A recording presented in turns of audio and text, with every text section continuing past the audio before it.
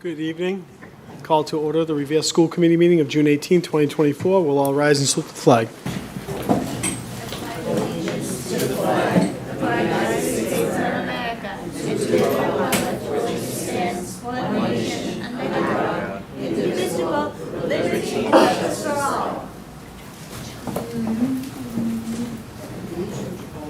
Sure. Mrs. Bronson Rizzo? Here. Mr. Caggiano? Here. Mr. Kingston? Here. Mr. Matera?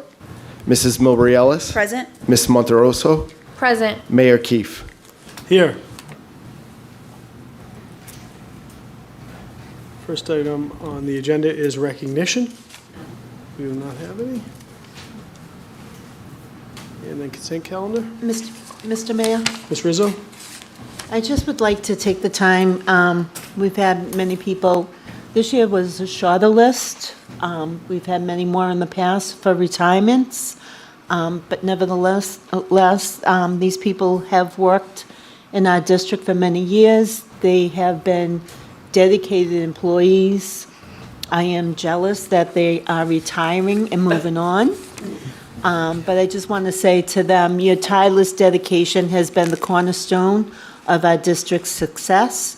As you transition from our classrooms to retirement, know that your legacy of dedication and passion will continue to inspire us all.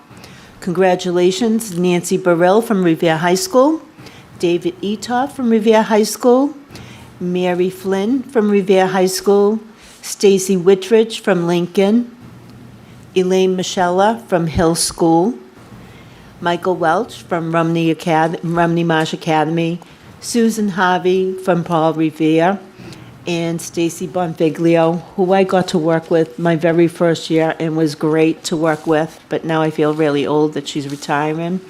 Thank you to all of them from the committee and myself, and feel free to come back and substitute.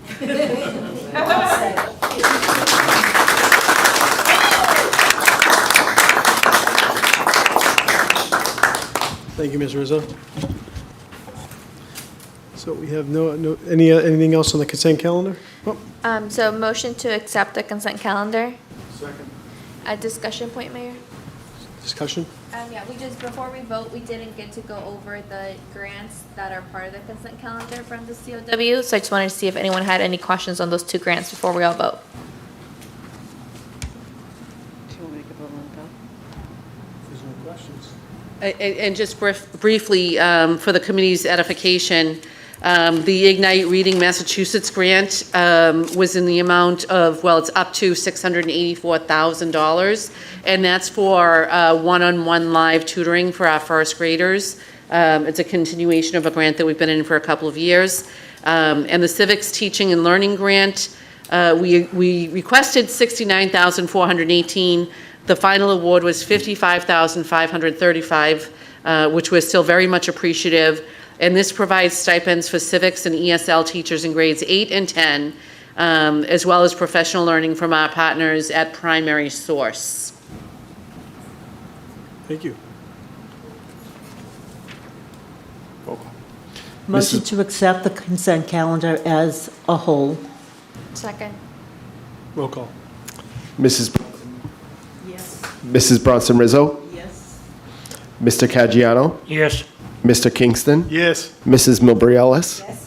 Ms. Monterosso? Yes. Mayor Keefe? Yes.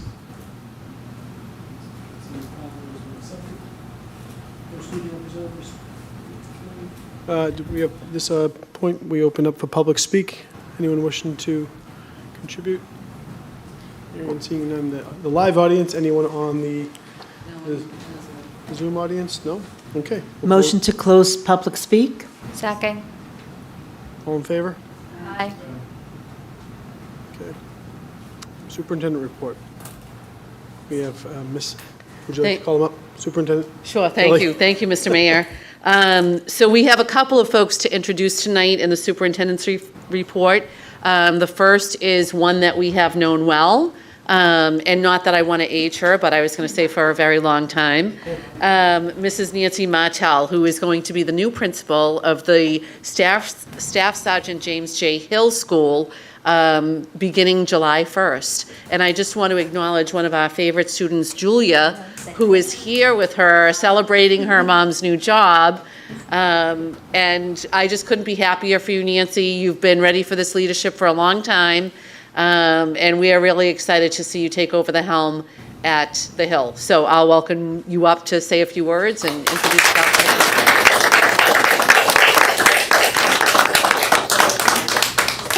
Yes, get a little of that. Good evening. Thank you, School Committee, Mayor Keefe, Dr. Galucci, and Dr. Kelly for this opportunity to speak tonight. I'm so grateful for this opportunity to lead the Hill School. I'm not going to cry, sorry. They all know me, I'm a crier anyways, that's who I am. It has taken the support of so many people to get me to this place. First, I would like to thank my mom, who raised her 4 little girls wearing matching t-shirts as early as I can remember that said, anything boys can do, girls can do better. She always said we could be whatever we wanted in life. She was probably relieved that teaching overtook singing as my career choice, because I know she wouldn't have been the one to tell me that singing wasn't going to pay the bills. Thank you to Bruce, my husband, for always supporting my career choices without question or hesitation. To my son Jackson, who's already in New Hampshire celebrating the summer. He is going to be a junior at the high school this year.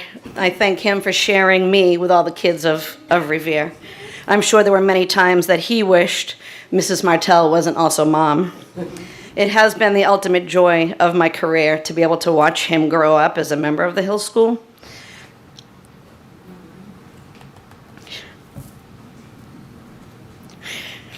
And to Julia.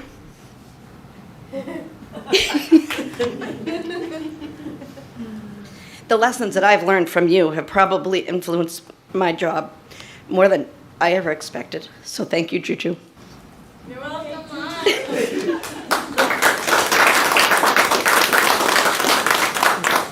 My journey here in Revere has been a long one. 26 years ago, I started teaching at the Beechmont School, where I had the pleasure of teaching several of your children. Joyce Colantino took me under her wing and made sure that she was there to support me every step of the way. I was fortunate to work with leaders like Marguerite Santos, Cindy Evans, who challenged me to take on leadership roles back when I was too afraid to even say no. We were a tight-knit group of teachers who remain friends today. This group included Joanne Willett, Ann McLaughlin, and I'm so excited to be reunited with Ann on a working capacity. I'm sorry, Joanne, you had her long enough, now it's my turn.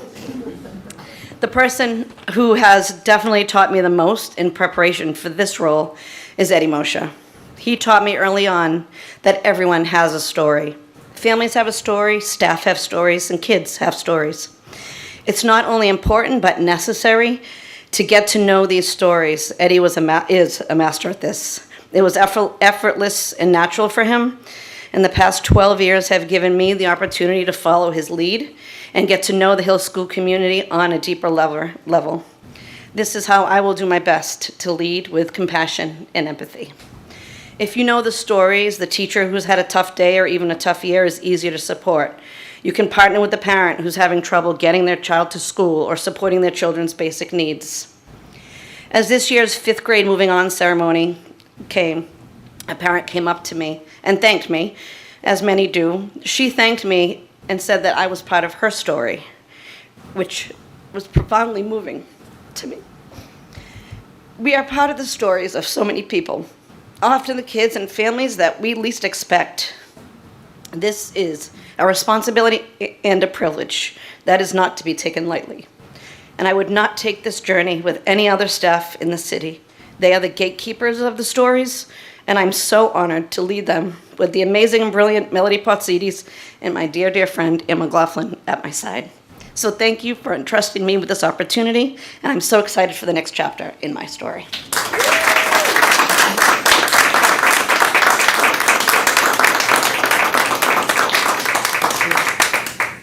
Ms. Rizzo. Yes, I just want to say, I am so happy. First of all, Hill School is always going to be near and dear to me, / McKinley. But 26 years ago, her first class consisted of my son, who came home all upset because she was crying because the kids were not behaving. And I think he's seeing her cry, saw how much she cared about the students in the classroom, that it really made an impact on him. Unfortunately, she got my third son also, and she didn't retire after having him, so I knew she was going on, and she was going to be strong. And then when I knew she was coming to the Hill School from the Wayland, I just thought it was the best. Her and Eddie Moshe, what a duo. I just couldn't be happier for you, Nancy. I know, at the beginning, I would say, why don't you go for principal? Why don't you go for principal? But she knew her kids were young, and that's where she needed to be. But now it's her turn to shine for her and the Hill School. Nancy, thank you so much. I'm so glad to see you there.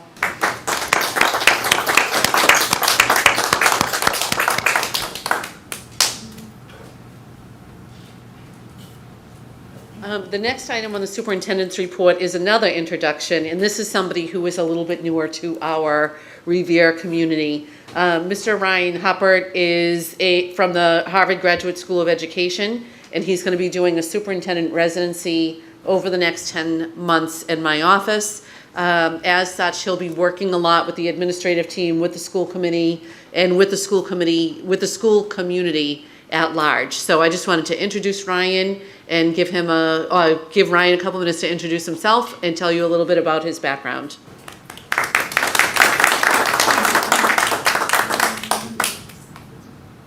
All right.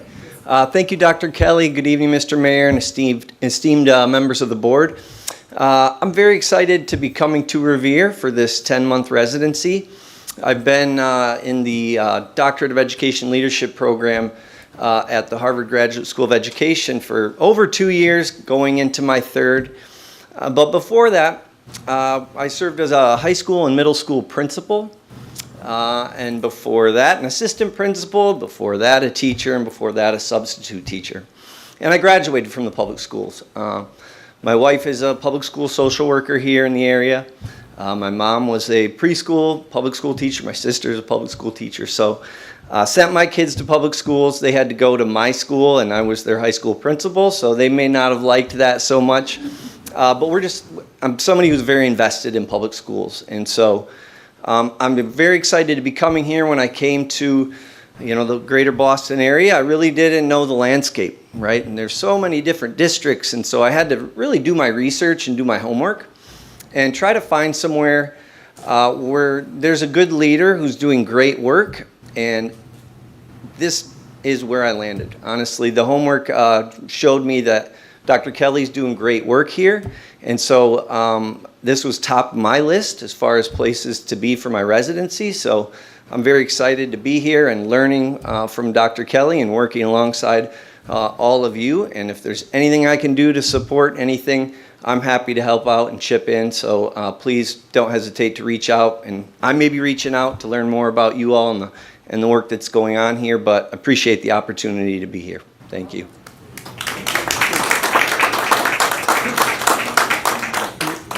Ryan, Mr. Hubbard, Yeah. you are learning from one of the best, Thank you. just so you know that.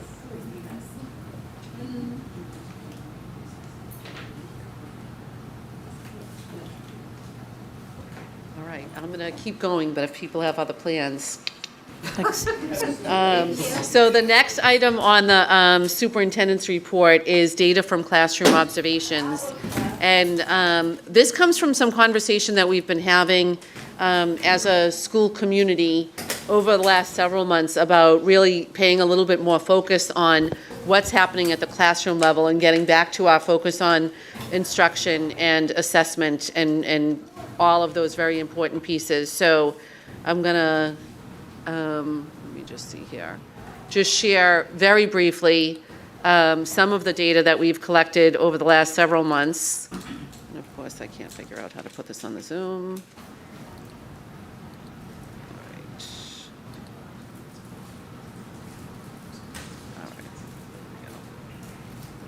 Okay, that's coming up now. So just briefly, we always do a lot of classroom observations and a lot of instructional rounds with different groups. Sometimes it's just with administrators, other times it's with teachers or coaches, all different kinds of groups. But this year, We focused our observations primarily in the three main areas of our district improvement plan, which were building an anti-racist community. Under that umbrella, we did equity walks, we did multilingual learning walks, and we did special education walks with a math focus.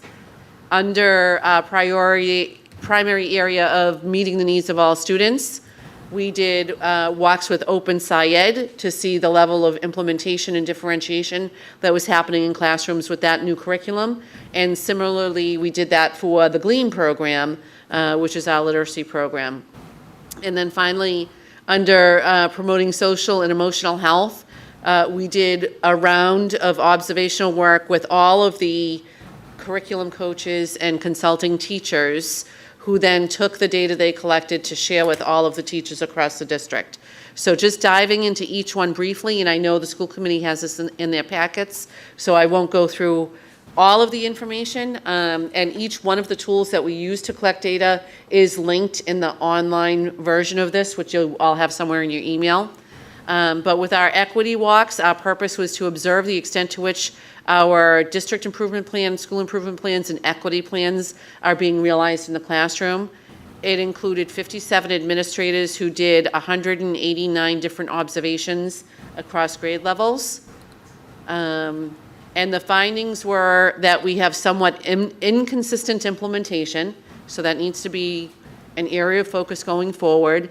At the elementary level, we saw really well-established practices around routines, differentiation, student-teacher relationships, and high expectations. We need to increase the high expectations to optimize learning for all students, regardless of their identity and background at the secondary level. So that's where we saw a little area of growth. And then also aligning the effective instructional practices across grade levels. And this is what actually brought us to have our coaching teams go observe what you'll see when I talk about it around Joy later in the presentation. They went to the Wayland Elementary because we saw that there seemed to be a deeper skill set at the elementary level, and the hope is that the coaches and those consulting teachers will be able to bring more of that to the secondary level. On our multilingual walks, we wanted to analyze the quality and the quantity of student interactions with teachers and other students. We wanted to look at the language focus, whether or not it was evident in each lesson, and the quality of instructional tasks and differentiation that we were engaging our multilingual learners in the classroom. This included all administrators, all EL coaches, and a couple of teachers from each of the schools. It was a total of 225 observations, roughly 20 at each building, a few more at the high school, a few less at City Lab, where there were only 7 observations. And again, you can take a look at that tool to see exactly what data was collected. But the overall findings were high levels of student engagement in the learning tasks. Most were aligned to the grade and content standards. We need to ensure that a specific language focus is named for each lesson. And we need to ensure that students are asked to produce academic language in their written and verbal responses. Sometimes we saw that lacking. And we also need to work toward further differentiation and scaffolds to meet the needs of students. The special education observation round was smaller. It was focused at the high school on our sub-separate and inclusive math classrooms. The math and the special ed administrators and coaches participated in these learning walks, and they visited 11 classrooms where they saw great student-teacher relationships, and students were highly engaged and on task. There was a good balance between, this is in the inclusion classrooms, there was a good balance between the co-teachers with different teachers leading different parts of the lesson. And while that was happening, the other one was thoughtfully engaging students. One of the comments that an administrator gave me was there were times when I didn't know who was the special educator and who was the math teacher. And that's exactly what we want to see happening.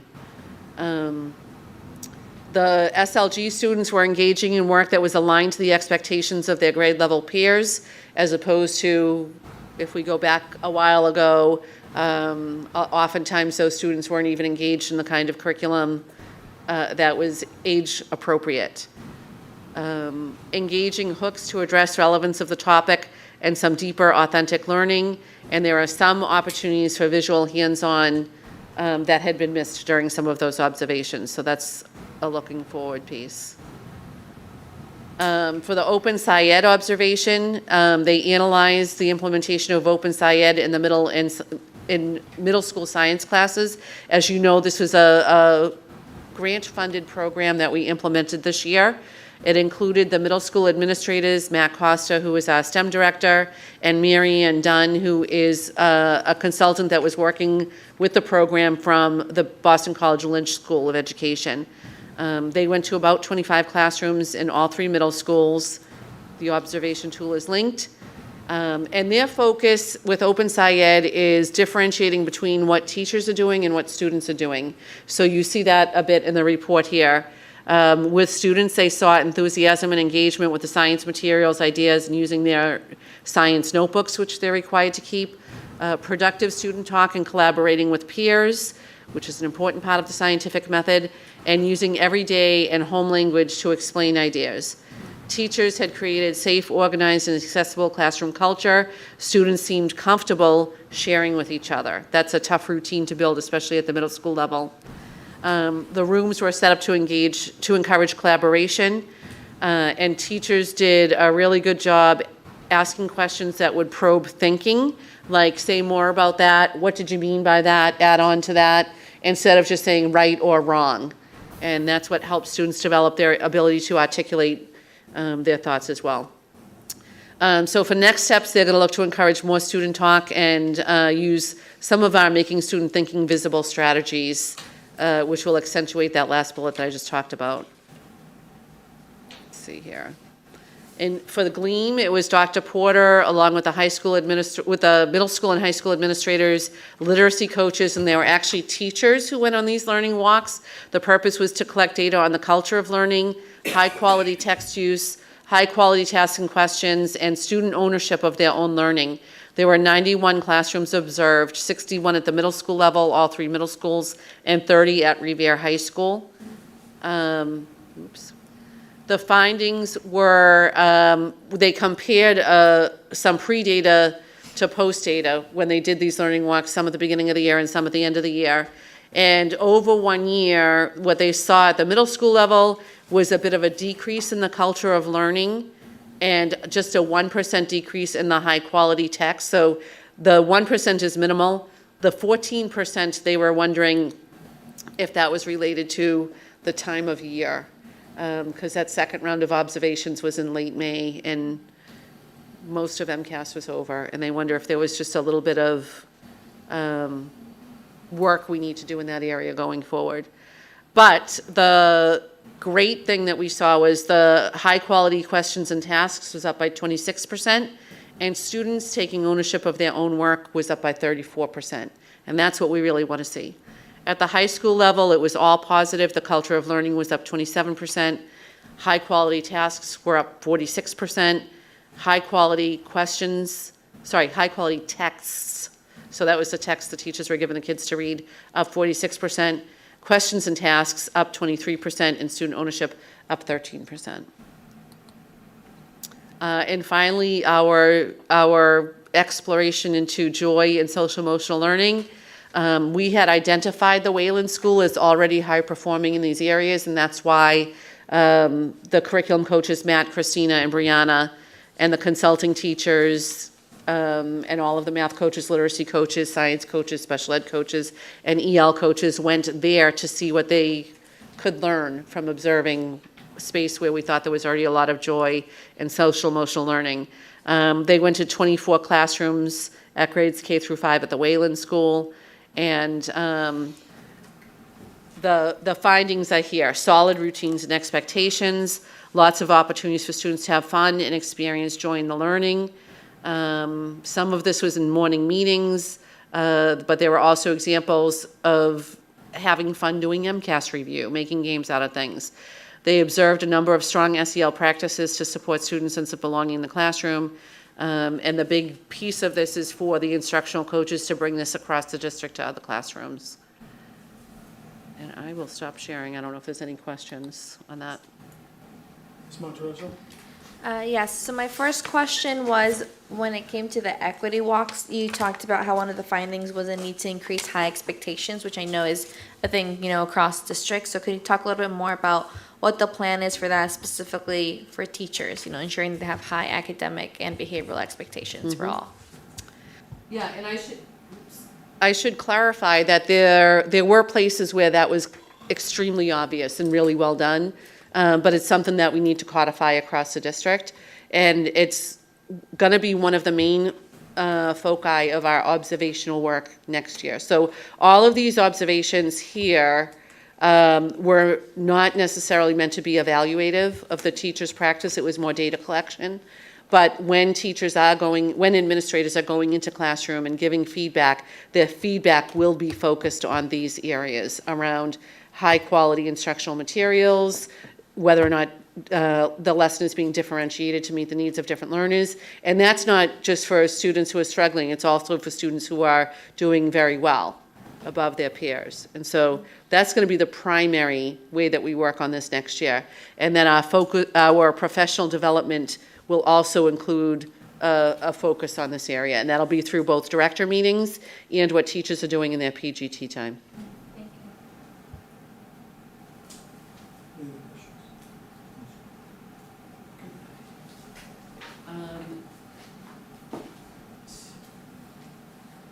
This is a shorter presentation, but I wanted to just share briefly. You all know that we were sending out a caregiver survey about 6 weeks ago, and we were trying to collect information on a lot of different things and a lot of different programs that we try to engage parents with, like the Parent Information Center, LPAC, CPAC, all of those different pieces. And so just very briefly, I wanted to share the results, some of the highlights from that survey. And hopefully this is showing. Yep, this is showing. I don't know, but I can get it for you if it's not. There's part of this is covered in the Equity Advisory Board work as well, which we're going to get to in a little bit. Okay, so our caregiver survey, there's some statistics on the front page there that you all can look at. We didn't have as large a response rate as we would have hoped, but we did have 603 families that completed the survey. The major findings, one of the biggest questions we wanted to know is how parents were feeling about their engagement at the school level.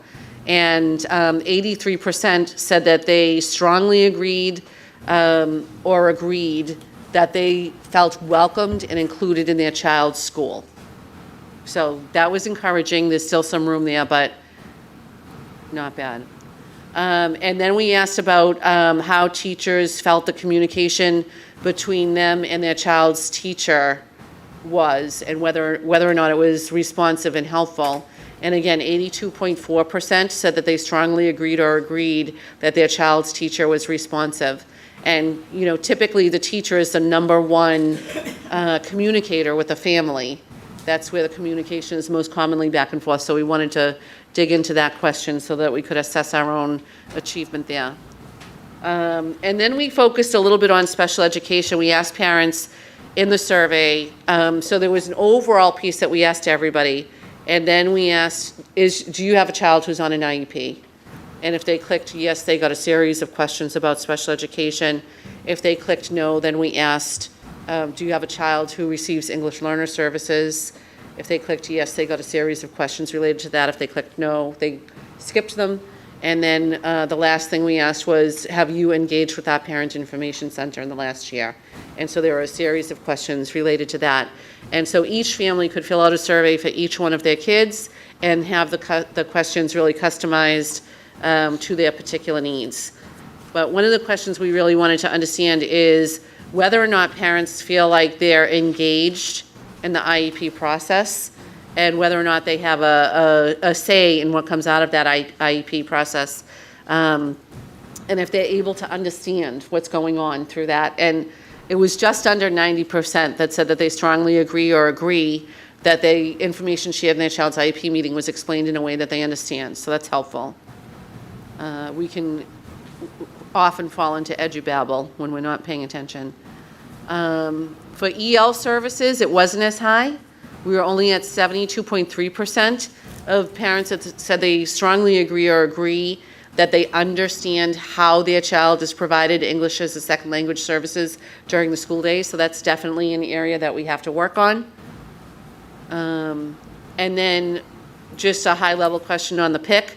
For the parents who said that they did go to the PIC in the last year, 91% said that they felt that they were supported by somebody who spoke their language at the PIC.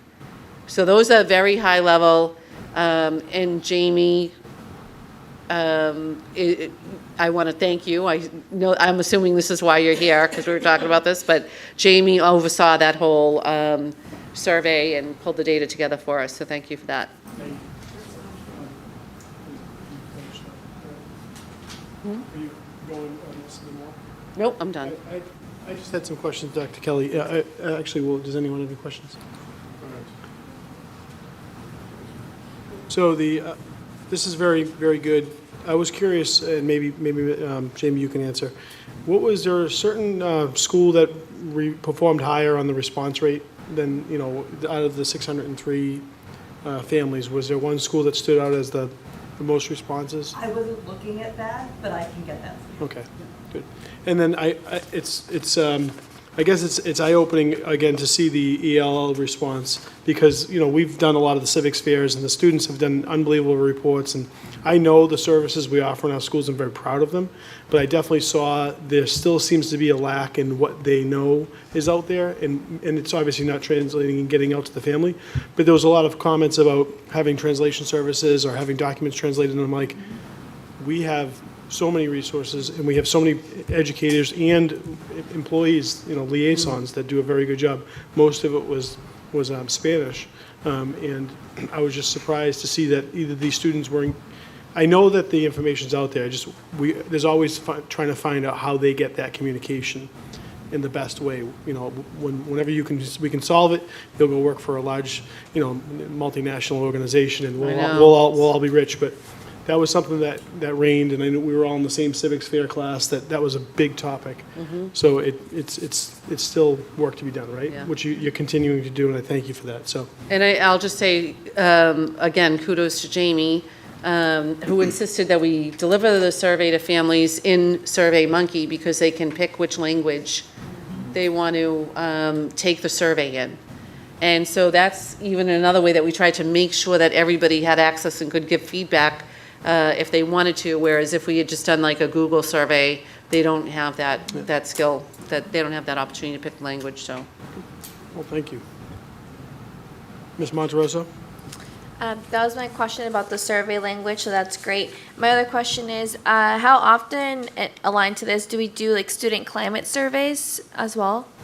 We do our MCIEA climate survey every year, and that's for teachers and for students.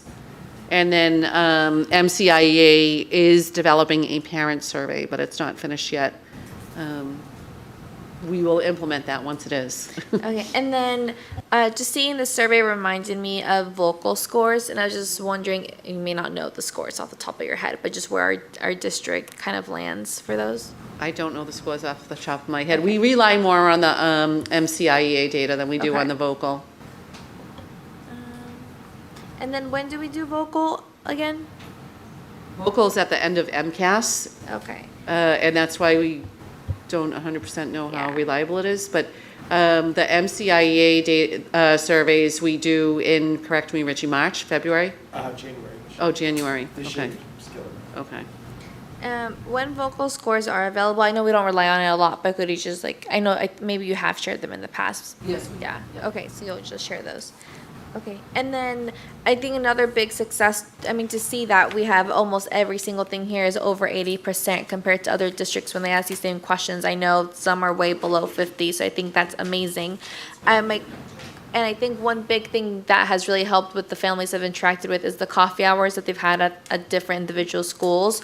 So I just wanted to ask, do you know if schools are planning to continue those throughout the next school year? They are, and that's another piece that's going to be covered in the Equity Advisory Board review that we're going to have. I think it's under old business, unfinished business, not old business, but little foreshadowing of that, too. Thank you. Anyone else? Okay. Dr. Kelly. The last item on the superintendent's report is just to give you an update on the math curriculum. I think you all know that we started to implement illustrative math at the elementary level a couple of years ago. We started with the lower elementary, and then last year we did the upper elementary. But at the same time, over the course of last year, we had a team of math teachers that were looking at the math curriculum at the secondary level. And they reviewed 3 programs. One was illustrative math.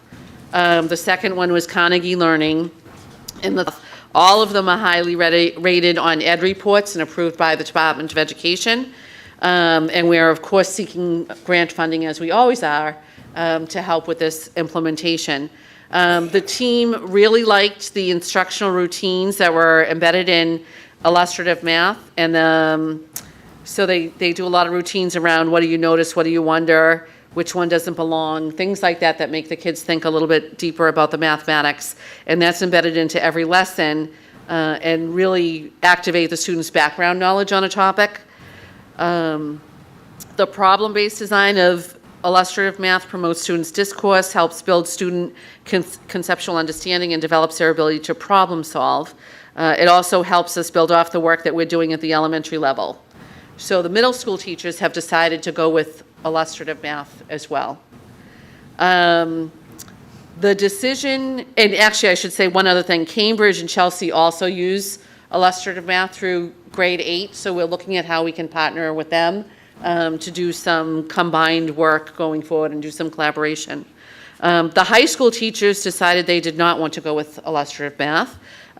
They chose Revere math.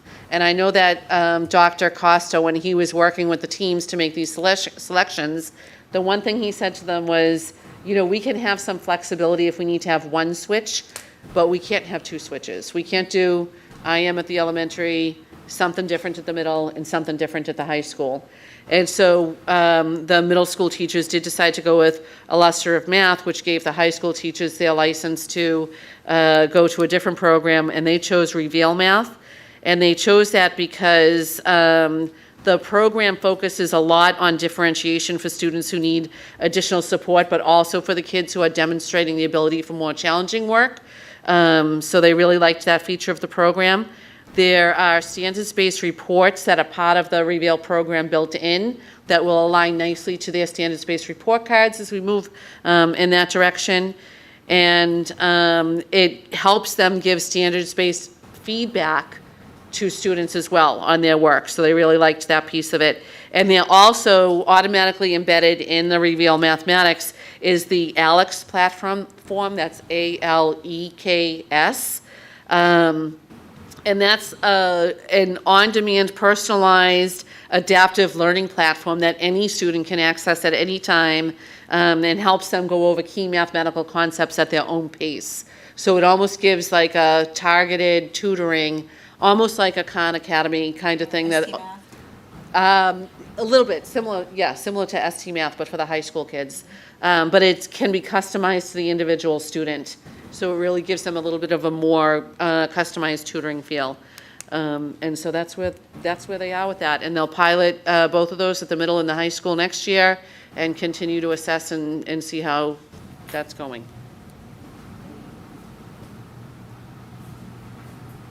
Thank you, Dr. Kelly. And that's the end of this. Okay. Hearings. No hearings, okay.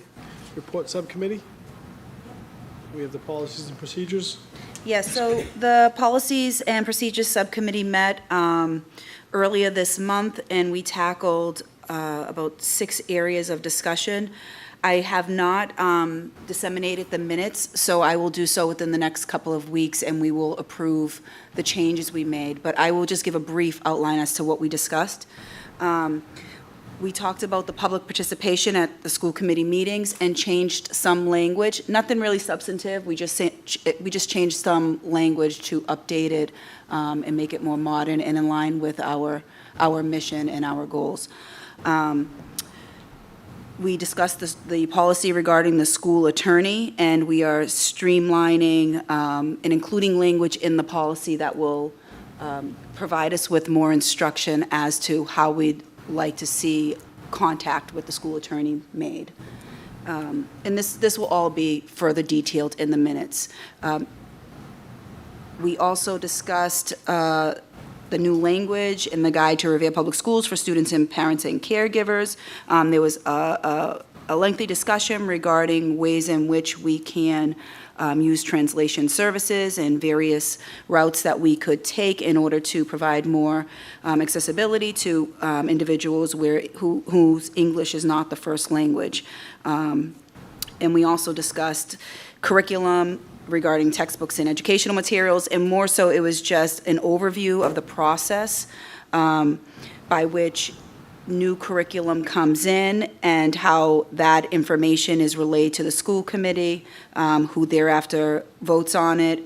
It was a very helpful discussion that we had. Thank you, Dr. Kelly, for bringing in the curriculum team and allowing us to ask questions and become better acquainted with the process. There was a discussion as well regarding the RHS Student Senate's request to add City Lab student representatives. And that led to us, essentially, committeewoman, Ms. Monterosso actually came up with a great suggestion of having one designated student rep for the entire district. And it's going to be left in the hands of the Student Senate that are going to lead us in that change in format. But eventually, we'll have one student rep who will be able to speak on behalf of the elementary, middle school, and the high school, as well as City Lab, which will prove probably most efficient for all of our purposes. And then finally, with respect to JH, student absences and excuses, that was tabled for the next subcommittee meeting. So moving forward, we will schedule another subcommittee meeting to address the student absences and excuses. And in the meantime, the minutes of this meeting will be disseminated for your review and finalization for approval at the next meeting. Thank you. Appreciate the update. Any questions on the, no? Okay. We have motions, any motions? Okay. And unfinished business? So we have the, Oh, yeah. Mr. Kingston? I know Dr. Garcia spends an awful lot of time and a big part of his job, and I was just wondering if this could be put off till the next meeting when he could possibly be present and present himself. Thank you.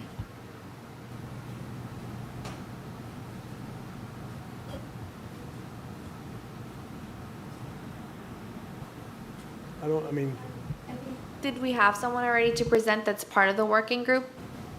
Yes, did we? It was at the plan? Jamie's part of the working group, and John is a big part of the working group. Yeah, so I think I would rather, yeah. yeah, okay, you're here.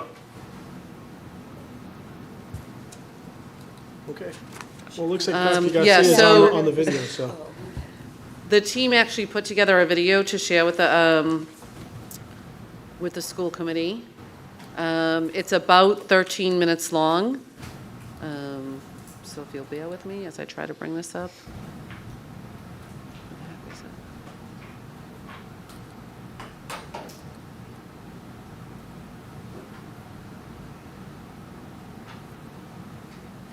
Let's see.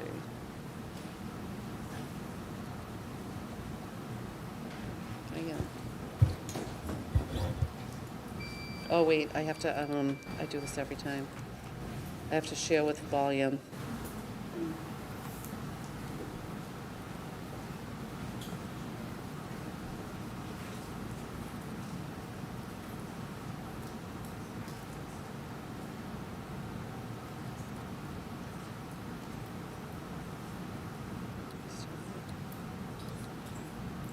Good evening. This is Dr. Lorenzo Garcia, Assistant Superintendent of Equity and Inclusion. Over the course of the school year, the Revere Public Schools Equity Advisory Board, through its 5 working groups, has worked on numerous equity and inclusion projects aimed at promoting a culture of belonging that not only values and appreciates our students, staff, and caregivers, but also fosters high expectations and rigorous learning opportunities for all students, regardless of their backgrounds. The Bias and Sensitivity Working Group will kick off their project. Enjoy the journey.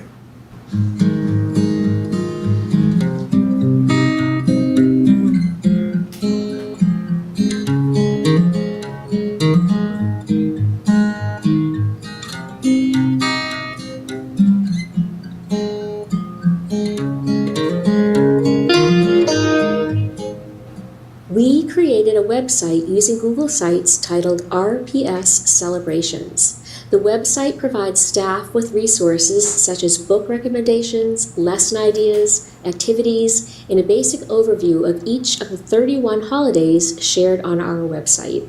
We vetted the resources to ensure they are both culturally relevant and age appropriate. Honoring our community celebrations will help staff to include culturally relevant resources in their lessons, and students feel seen and connected to the community. We separated the resources for each holiday into 4 grade level bands: early childhood, upper elementary, middle school, and high school. We gathered resources for holidays such as Ramadan, Holi, Passover, and Martin Luther King Day. We also shared resources based on thematic months such as Native American Heritage Month and Asian and Pacific Islander Heritage Month. One of our next steps will be to create a reading list of holiday and celebration books that we think every school in Revere should have in their collections. This website itself will be a work in progress as we continue to add and update information and add image, alt text to align with ADA accessibility guidelines. We would also love to add community voices to this project through recorded interviews of families and or local businesses who celebrate the holidays.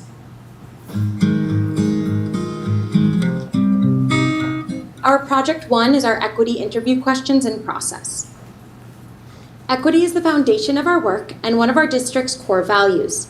To this end, we wanted to ensure that the hiring process includes an equity lens and vets candidates for their opinions and experiences working with a diverse community such as Revere. Our team worked to create an equity question that should be embedded into each interview for all positions district-wide. We also created a bank of optional questions.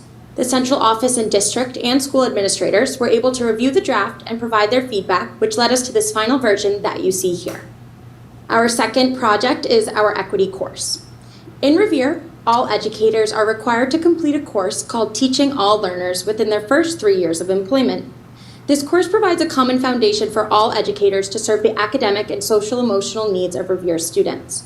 All new Revere teachers should also have a baseline understanding of equity, which aligns with our philosophy and mission statement to educate, inspire, empower, and maintain an environment that understands that diversity, equity, and inclusion are all essential.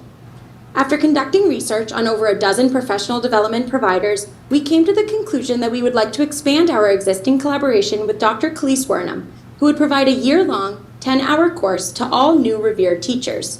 This course would provide participants with a clear understanding of cultural proficiency, proven strategies to counter the negative effects of microaggressions and modern forms of racism, and what it means to be a culturally proficient leader in our school community.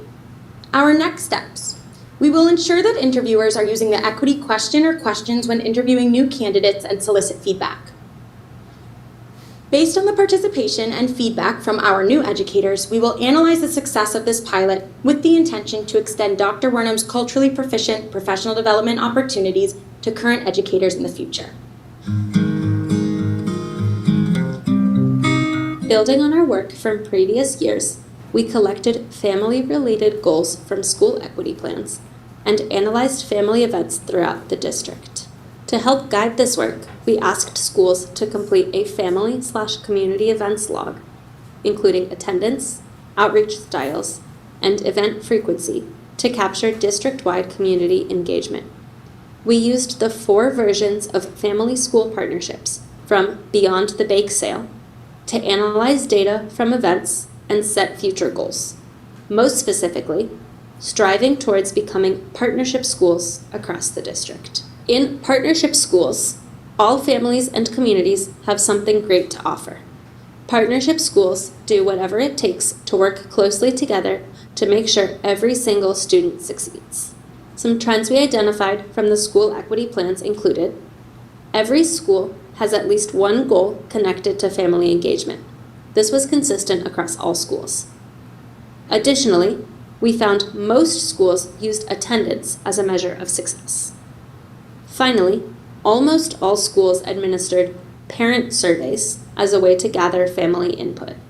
What does analyze attendance data mean in practice? What specifically determines a successful event? How do we as a district reach a partnership school amongst all buildings? Moving forward, we recommend the following: an ongoing district-wide document for recording attendees and outreach for all school events, a designated person or team uploading attendance data into the document, and a common platform to communicate with families. We are the Student Agency and Voice, SEL, and Restorative Justice Working Group. Our group is composed of students from the high school and educators from all around the district, coming together to expand upon and build structures and spaces for students to be able to use their voice and advocate for the change they want to see. Our intention was to do so with a focus on belongingness and inclusivity. This video is a demonstration of the beginnings of a restorative circle. I feel like in my freshman year, it was like the first year I think back from COVID, or like fully back, and there wasn't a lot of like, I feel like now there's a better sense of community in the school, which I respect that, and like stuff like this is really like, I respect this, like allows input, allows change. But before, I feel like everyone was kind of just adjusting, and even like last year, there weren't a lot of times where we could all come in as a community, like, or like themed events, or like after school, or like care events, like stuff like that, where you feel like you can come, besides this building being something that maybe can lead to stress or like anxiety and like all these other emotions that sometimes make you want to not be here. Honestly, it allowed you to have memories and like create something that you can look back at actually enjoy. So stuff like that I appreciate. We continued this circle, asking questions that were co-constructed with one of the student representatives of our group. Our goal was to provide a space for students to come together to talk about their school experiences and identify priorities and issues to address as a community. Through the circle process, I served only as a facilitator, asking questions and setting the stage for students to collaborate and use their voice. Our initial step from the circle was to connect on a school basis in the high school with the admin to discuss integrating this practice as a regular opportunity for students. We also thought that this practice would be beneficial at other schools in the district, so we started working at the middle school level to replicate this practice. Our goal in the coming year is to iterate and amend our approach to reach a greater number of students in each school and hold more circles more regularly.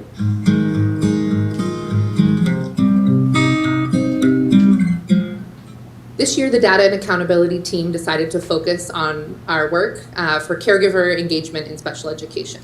We returned to the district's original equity audit and found that this recommendation area under priority 4 had not yet been directly addressed by any of the district's equity teams. And the timing of this focus also aligned with the special education department's ongoing redesign work. This slide shows action steps related to support for and engagement with caregivers of the students with disabilities from the original equity audit. Those recommendations were made based on a series of surveys and interviews of stakeholders within the special education program, including caregivers and teachers. At the time of the equity audit, the recommendations were that we provide more accessible information for families about IEP development and the review and renewal process, expand ongoing communication and engagement between caregivers, teachers, and administrators, and provide training for all special education staff about structures and responsibilities related to family communication and support. So in order to get more information about where we stand in the current year across these areas, we decided to create a new survey for all caregivers of students receiving special education services district-wide. Over the course of our work this year, the team reviewed the original equity audit narrative and the action step recommendations that we just reviewed. We interviewed and collaborated with special education department leaders to learn more about current practices and to share information from the original equity audit. We created a caregiver survey in collaboration with the special education department and other district leaders. We designed the caregiver survey to focus on key questions that related to those focus areas. Based on the responses from those 88 caregivers, 90% of caregivers reported understanding their legal rights related to their child's IEP. And 90% of those caregivers reported understanding the way information was shared during the IEP meeting. 85% of caregiver respondents reported feeling that they were highly valued as a member of the IEP team. In terms of ongoing communication, 76% reported being satisfied with the frequency of communication about student progress throughout the year. When asked about the Special Education Parent Advisory Council, or CPAC, 30% of caregiver respondents said that they had attended a meeting.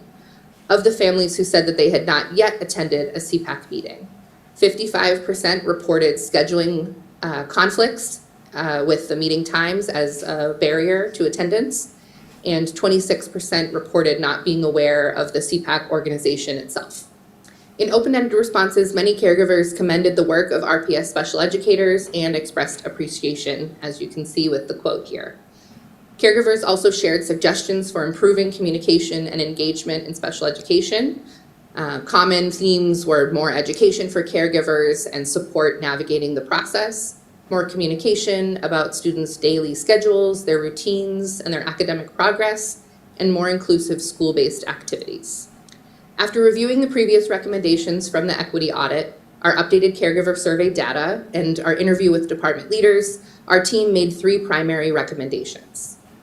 First, we recommended that the special education department supplement existing informational resources about special education and the IEP process with those that would be more family-friendly with accessible language, and that any new resources be shared regularly with families and posted on the website for ease of access for all. Our second recommendation is that the department work to share more information about CPAC with the goal of increasing participation in the group. CPAC has the potential to be a major vehicle for ongoing caregiver engagement and collaboration. Some of our suggestions to that end were to increase collaboration with the communication department and school-based stakeholders like teachers and administrators to share the word about the group, to create flyers that would be shared at the Parent Information Center and during IEP meetings, and to share CPAC information during existing caregiver events like Meet the Teacher Nights, conferences, and showcases. Also, we recommend incorporating more community building events, fun activities in addition to the more informational sessions, and to try to hold events at different times of day over the course of the year so that families with different work and life schedules would be able to attend at some point in a given year. Our final recommendation is that the department continue to survey and interview stakeholders to monitor caregiver engagement and communication practices over time. Specifically, we recommend that the department hold focus groups with caregivers next year to hear more detailed information about their experiences beyond what was collected in the survey, and to connect with additional stakeholders with surveys and focus groups, including teachers, special ed coordinators, coaches, and school administrators. We also recommend that the department create an exit survey for caregivers as part of the IEP process to get feedback from a broader range of caregivers. And we recommend that a version of this survey be given again after the rollout of the new IEP to measure any impact the new process has on caregiver communication and engagement. Our hope is that this data would help track year-over-year improvements and identify areas of opportunity that may need to be addressed in the future. Thank you for watching.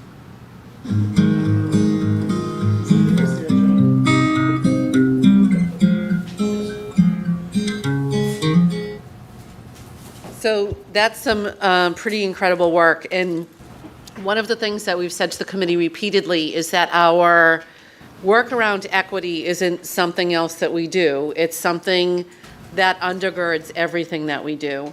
And hopefully you got a sense of that through what these 5 committees have been working on around educator professional development, parent engagement, meeting the needs of all students, and all of the other areas. And the one other note I want to make, in the electronic version of the slideshow that you got, you can click on the links to the website that Mia Morgan was talking about at the very beginning that has all the resources for teachers. That site is not live yet to everybody, but the link works, so you can go in and look. And I know that Mia and her team are welcoming feedback if anybody has particular suggestions on what else should be included there. Their goal is to make that be a living website and continue to add to it. Ms. Montrosa.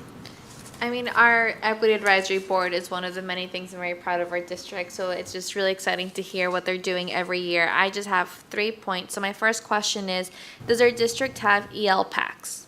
Yes. Do we know kind of what the attendance looks like there for our growing number of families that are English learners? It's similar. It's not as high as we would like it to be. Okay. Similar to the CPAC, I should say. Okay, I noticed that one wasn't in the packet, so I'm just wondering if there's oh wait, did I miss it? Sorry. Okay, great, I'll just look back. My other thing was, you may all know this, so if I'm over explaining, I can stop. But when it comes to, I saw the survey, one of the survey responses was about knowing more about an IEP as a family member and all that, and I know Mass Advocates offers free trainings in multiple languages to come into districts. So I just wanted to share that as one other thing in case we didn't know, but I'm sure you all do. And then my other question was when it came to the interview. So I'm really excited to see that we're going to be including equity questions. That's just something that is being done across districts. Some districts even now require applicants to do a whole equity case study, which has really helped bring in culturally responsive educators. And so my question was, as part of the interview process, do we have students and teachers and families who are part of those interview board? Can you walk me through a little bit what that stakeholder engagement looks like for our interviews? Yeah, sure. So depending on what the position is, so let's just say we're talking about a typical teaching position or social worker. Is that what you mean? From that level to, let's say, a principal or a director, how does the community get involved? So when we're hiring staff for a school, the principal takes the lead in that search process. And they include other teachers from the grade band or the subject area, whatever the case may be that they're looking to hire. At the high school level, when available, they engage students. And they always include at least one parent on the committee. We try to make sure the committee is diverse. And we typically use a traditional interview method with teachers when we're interviewing teachers. Does that make sense? Yeah, and then let's say we're hiring a new director or something. Is there community involvement up to that highest level? Yes. So if we're hiring a director, then there's a larger group that would be a district-wide group, would include at least one other director, at least one principal, usually a couple of teachers, a couple of students, if we can get them from the high school. There are always a couple of parents included. And then when we get to the principal level, it's a very similar group. Yep, it's a very similar group. It has parents, teachers, other administrators from across the district, and we typically invite school committee to observe those interviews when we're interviewing for principals and assistant superintendents. And the word is observe, and it's up to the individual schools to decide what they want. Yeah. Thank you. Great work. Mr. We Mayor? have, yep. We have one more item under unfinished business from the COW we didn't get to, the modular classroom update. So the member who put this up, if you want to elaborate a bit more. I'd like to table that to go to maintenance, plant and maintenance, please. Table or refer, so referring it? Refer it, yes. If we can respect each other's subcommittees, that would be appreciated. That's what I was going to suggest. Mm-hmm. I'll second that. Thank you. Second. A second, but can we go back? I was going to ask a question on the equity piece. I didn't know we were going forward. Go ahead. Do we want to finish the first and second in discussion, or? Yeah, so there is a motion on the table, so there was a second. Is there any just I mean, we can just refer something. There doesn't have to be a second or a vote. So it was referred, so there's no need for a vote on that. So we're all set. My question is, Jamie and John, in the absence of Dr. Garcia, the advisory committee was set up through the school committee and approved through the school committee.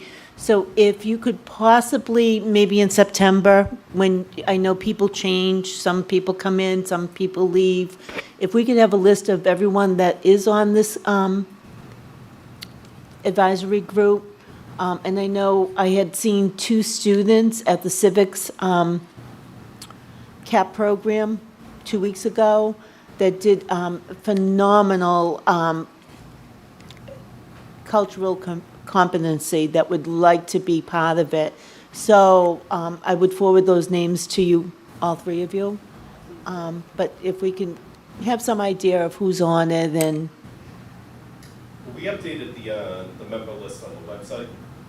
So the Equity Advisory website, so if you go and you see the working groups, all the current members are there. Thank you. But this is my first year. So, Yeah, so as long as it's updated. Yeah, and especially with the students that are part of the restorative justice component, they come and go. You know, sometimes you'll have a student for a couple of months and then they'll drop out and another student will come in and work with Linda. So yeah, we can keep that. Thank you. But the students have been phenomenal. Yeah. We've been very fortunate with the students that have joined. They've been dedicated. And you're talking good about the students. The students that have joined have been absolutely wonderful. They have been dedicated. They have an equal voice at the table, which was something that we actually had to kind of instruct them, is that you are all members of this team and that your voice is an equal member, and they have done an absolutely wonderful job. Yeah, I'll submit their PowerPoint presentations, well, the Canva, but they were very, very good. And one I didn't even see, one of the teachers asked me to go view it, and it was amazing. So I will send those PowerPoints along with the students' names, and you go from there. Thank you so much. Thank you.